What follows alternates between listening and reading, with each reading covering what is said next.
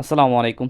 আশা করি তোমরা ভালো আছো। ম্যানেজমেন্ট অ্যাকাউন্টিং অর্থাৎ অনার্স থার্ড ইয়ারের আহ, যে বইটা আছে, এটা সম্ভবত কততম অধ্যায়? পঞ্চম অধ্যায় সম্ভবত। আচ্ছা, কি বল, পঞ্চম অধ্যায় অথবা সপ্তম অধ্যায় এরকম হবে। আচ্ছা, আমি উল্লেখ করে দিব। ক্লাস নাইনে যারা আসো অথবা ক্লাস টেনে যারা আসো, যারা অনার্সে পড়তেছো, তাদের একটা কথা বলি।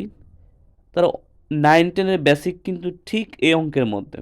যারা ফিনান্সটা একটু নাইন টেনে ভালো করে পড়ছো, তারা এখন বুঝতে পারবো যে ওই অঙ্ক আর এই অঙ্ক কি, সেম জিনিস। ওইটা ছিল বাংলা ভার্সন, আর এটা ইংলিশ।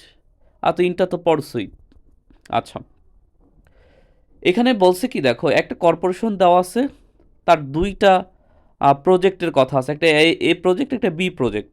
দেখ, তারপর কি বলছে, the cash flow for this project are shown in the following table. তাই তো? একটা লোক, দেখো,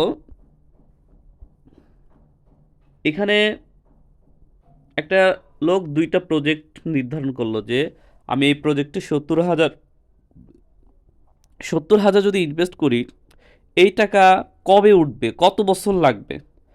এখন এখানে দেখতেছে ক্যাশ ফ্লো অর্থাৎ নগদ প্রবাহ হচ্ছে প্রথম বছরে 25, দ্বিতীয় বছরে 25, তৃতীয় বছরে 25, চতুর্থ বছরে 25, পঞ্চম বছরে 25। প্রজেক্ট বি, যদি আমি এই প্রজেক্টও যদি 70,000 টাকা ইনভেস্ট করি, তাহলে প্রথম বছর 14,000, দ্বিতীয় বছর 20,000, তৃতীয় বছর 25,000, চতুর্থ বছর 30,000, পঞ্চম বছর 40,000 টাকা। মানে এলোমেলো এটা।